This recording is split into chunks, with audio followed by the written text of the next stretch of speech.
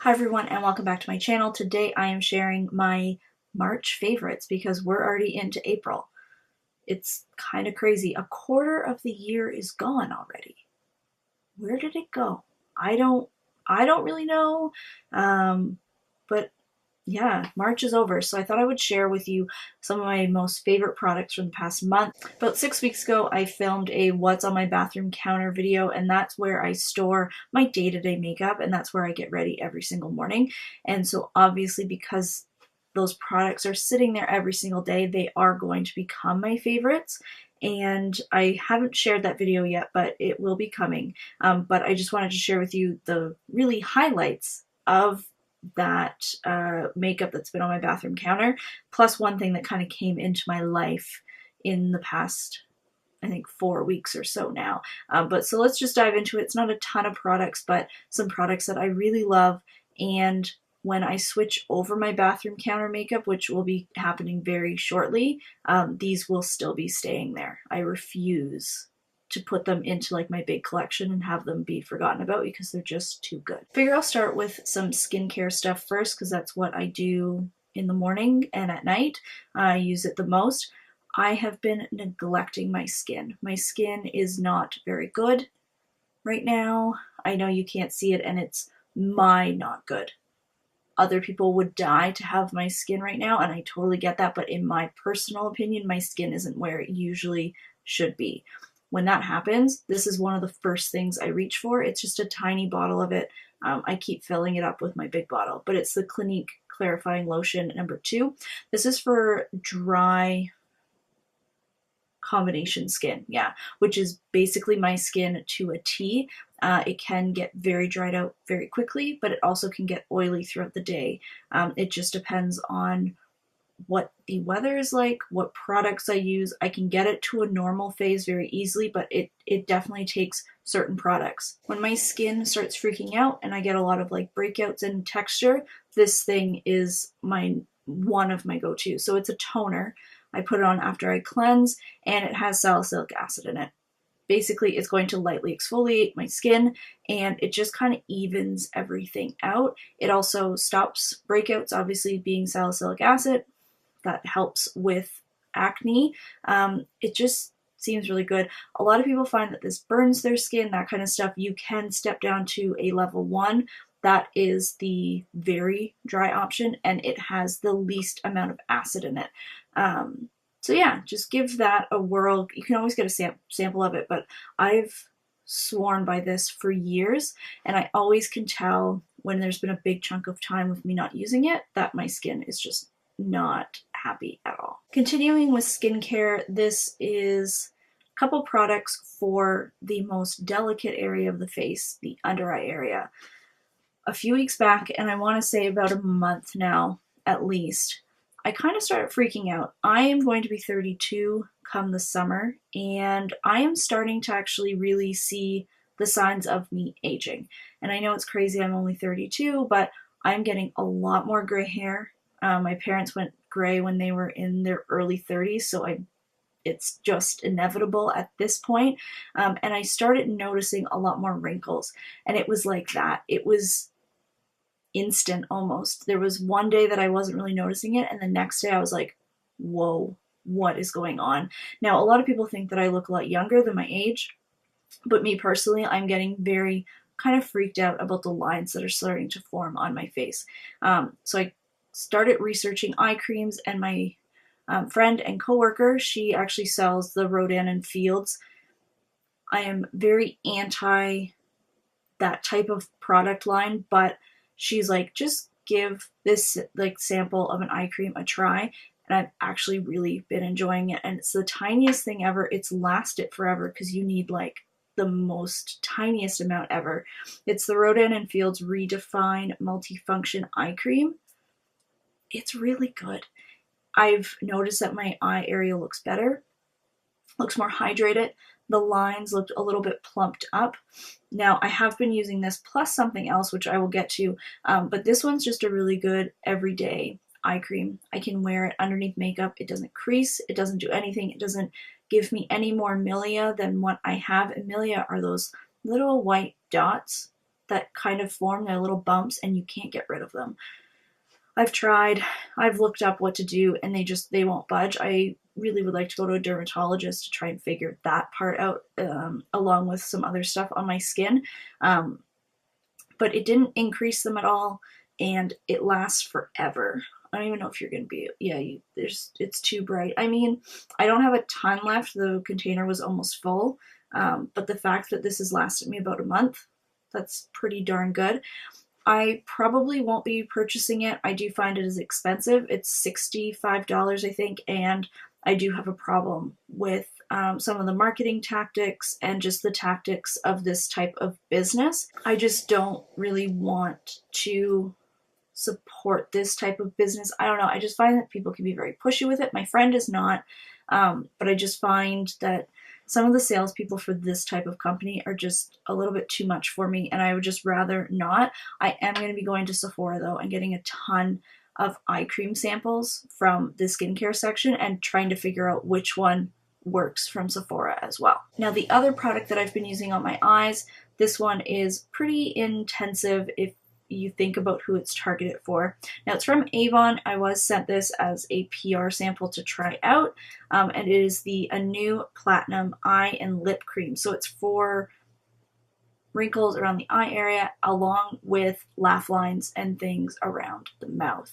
I've not used this around my mouth at all. I've only used it on my eyes, and specifically right in the outside corner where my crow's feet are starting to form.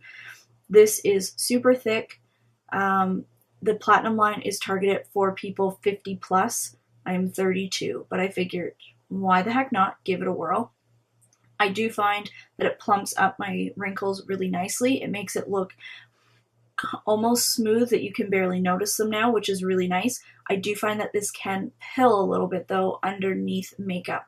So I choose to only use this at nighttime on top of the Rodan & Fields one. I'll simply tap this one in the outside corner, and then that's it. So I'm using very, very, very little of it. Very emollient. I wouldn't feel comfortable wearing this underneath makeup on a day-to-day basis unless I had mature skin. Then I think it would be great, along with a really good concealer for that type of situation. It is pretty good, though. I'm pretty impressed with it. I won't be buying it. Again, I'm going to be trying stuff at Sephora really soon. Okay, and just a quick fragrance one. This is basically all that I've been wearing for the last 6 weeks. This is the Victoria's Secret Love Fragrance Mist, and this is part of a little gift set that my boyfriend got me for Valentine's Day. You can see that I've used up a fair amount of it. I really like it. I don't even know what the scents are in it, but it's a little bit floral.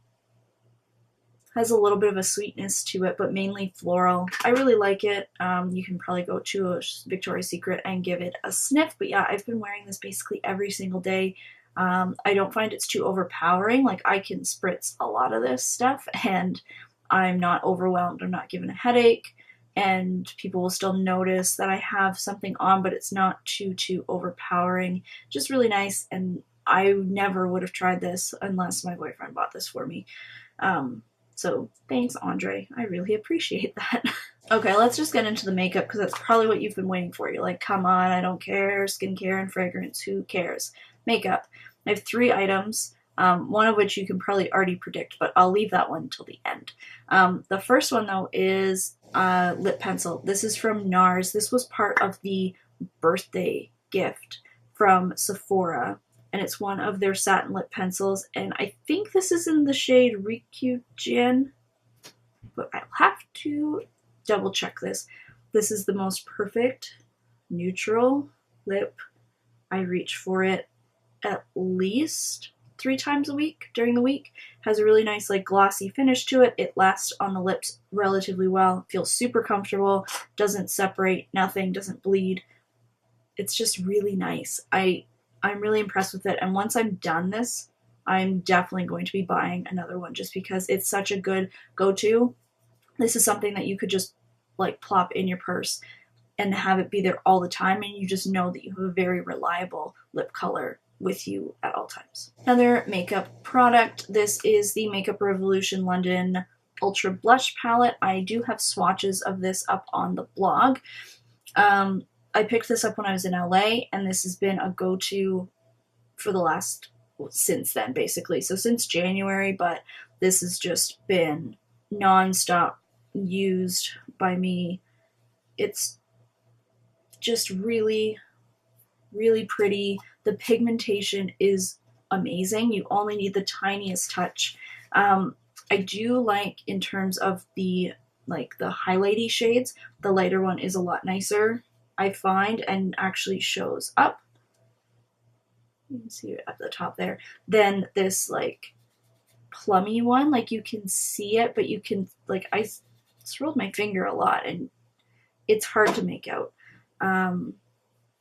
This one is a lot more of just a little extra something on top of a blush, but definitely nothing in terms of pigmentation like the matte and the satin ones in the palette. I will link the swatches in my blog post down below as well, so you can check that out. And this you can find at Ulta in the States. And then last, but certainly not least, I did say that there wasn't a ton. Did everyone else fall in love with this in the last month or so? This is the Anastasia Beverly Hills Amrezy highlighter. Yeah, look at that. Oh my god, it's so pretty. It's not overpowering on the skin at all. You can see I have it on my cheekbones right now, and it's just so pretty. It gives this amazing glow that you've been like dipped in oil or something. It's just so good. I really hope that they keep it to be a permanent item. I think that they probably will, especially with the success of Champagne Pop and Becca and Jaclyn Hill. You would think that maybe a brand would consider keeping this to be a permanent item in their collection. It's just really good. I think it's actually probably almost more universally good for people than the Champagne Pop. Champagne Pop can be a little bit dark if you're super fair. I really think you can lightly apply this on even fairer skin than mine, like very like alabaster, very pale skin. I think this would still look really pretty because you can diffuse it a little bit more than Champagne Pop. Champagne Pop, it does have that peachy shade, and I think that could look a little off on very fair skin, whereas I think this light pure gold, like light champagne gold kind of color, can definitely kind of be a little bit more versatile. I love it. I've used it on the lids too. It's beautiful as an eyeshadow, so you can just put, I usually put like bronzer throughout my crease, and then I'll put this on my eyelid, and then I'm done, out the door, in my inner corner, on my cheekbone, down my nose, on my lip, all that kind of stuff too. But it's just so pretty. Like, good job, Amrezy and Anastasia. Very, very impressed. Alright everyone, that is it. Those were my March favorites. I hope you enjoyed seeing what I've been loving for the last little while. Please let me know down below what you've been loving as well. I hope to see you next time, and have a great rest of the day. Bye everyone.